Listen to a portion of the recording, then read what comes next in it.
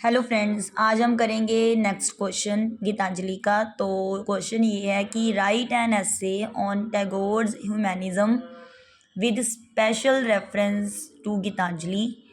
तो जो भी ह्यूमैनिज्म के बारे में टैगोर का जो ह्यूमैनिज्म है उसके ऊपर ऐसे लिखना है और रेफरेंस के साथ, ठीक है। और दूसरा क्वेश्चन ये भी, मतलब क्वेश्चन अलग अलग होकर आ सकता है, आंसर सेम ही रहेगा। Does Tagore appear as a humanist in Gitanjali, give reasons for your answer. तो हम शुरू करते हैं। Tagore an ardent humanist in all his literacy writings. तो टैगोर एक उत्साही ह्यूमैनिस्ट है अपनी लिटरेरी राइटिंग में। तो Tagore was undoubtedly a humanist, one of the greatest India has produced.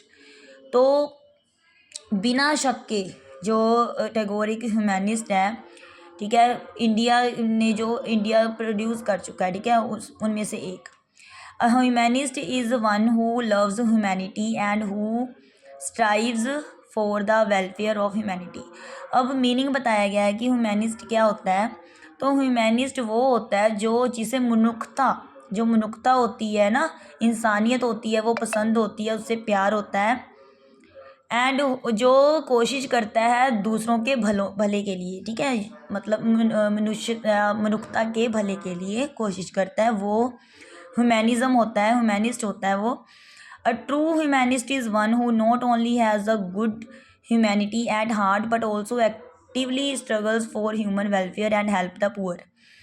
तो ये नहीं है कि सिर्फ दिल का अच्छा हो, ठीक है, वो ह्यूमैनिस्ट नहीं होता जो सिर्फ दिल का अच्छा हो, लेकिन वो भी है जो स्ट्रगल करता है दूसरों के भले के लिए और गरीबों की हेल्प करता है। A humanist may write books to urge others to fight actively for noble causes. तो जो एक ह्यूमैनिस्ट होता है वो लिखता भी है किताबें दूसरों को ये विनती करने के लिए कि वो भी लड़ें एक्टिवली होकर अच्छे कामों के लिए, ठीक है। तो man like Tagore and Mulk Raj Anand are intellectuals who serve humanity through their writings. तो जो मैन है जैसे टैगोर हैं या मुल्क राज आनंद है ना, तो वो भी इंटेलेक्चुअल्स में, मतलब उन्होंने सर्व किया है मनुष्यता को अपनी राइटिंग्स के द्वारा। Such man try to awaken the evil doer who are responsible for most of the ills of mankind. तो ये जो मैन है ना, जैसे टैगोर हैं या मुल्कराज आनंद हैं, तो ये उठाते हैं, ठीक है, जो बुराइयों को, जो कि रिस्पॉन्सिबल हैं मनुष्यता में, ठीक है, मतलब वो बुराइयों को अपनी राइटिंग्स में उठाते हैं जो समाज को खा जाती हैं या समाज को खोखला कर देती हैं। सच man try to release society from the chains of superstitions, customs and beliefs which have lost their validity and which should be discarded। तो ये कहते हैं कि ये जो मैन है, ठीक है, ये कोशिश करते हैं सोसाइटी को रिलीज़ करने के लिए, आज़ाद करने के लिए, किस चैन से, वो चैन से जो कि वो जंजीर से, जैसे कि अंधविश्वास होती हैं, रीति रिवाज होती हैं ना, जो कि अपनी खो चुकी होती हैं validity and which should be discarded, और उन्हें रद्द कर दिया है। मुल्क राज आनंद shows himself as a great humanist in his novels and Tagore shows himself as a true humanist in his entire work including his poems, novels, short stories and plays। तो मुल्क राज आनंद ने तो सबसे ज़्यादा अपने आप को नॉवेल्स में अपना ह्यूमैनिस्ट दिखाया है अपने आप को, ठीक है। तो जो टैगोर हैं उन्होंने अपने पूरे वर्क में जो भी उन्होंने काम किया, जैसे उसमें पोइम्स भी आ गई, नॉवेल्स भी आ गए, छोटी छोटी जो कहानी है वो आ गई, या प्लेस, नाटक आ गई। A reading of any literary work by Tagore would show Tagore's humanitarian feelings. तो जब हम लिटरेरी वर्क पढ़ते हैं ना, जो कि टैगोर के द्वारा लिखा होता है, तो वो शो करता है ह्यूमैनिटेरियन फीलिंग्स टैगोर की। Tagore's spirituality and the human content of this spirituality. True humanism involves spirituality. जो सच्चा होता है ना ह्यूमैनिज्म, वो किसके उसमें शामिल होता है, स्पिरिचुअलिटी, ठीक है। तो मतलब धार्मिक टच उसमें शामिल होती है। Spirituality consist in a recognition of the existence of God and also in a recognization of the divinity in man himself. तो स्पिरिचुअलिटी क्या होती है, वो बनी होती है किससे, उसमें क्या होता है, हम विश्वास करते हैं कि भगवान की होंद है, भगवान है। And also in a recognition of the divinity in man himself, कि मैन के अंदर ही है।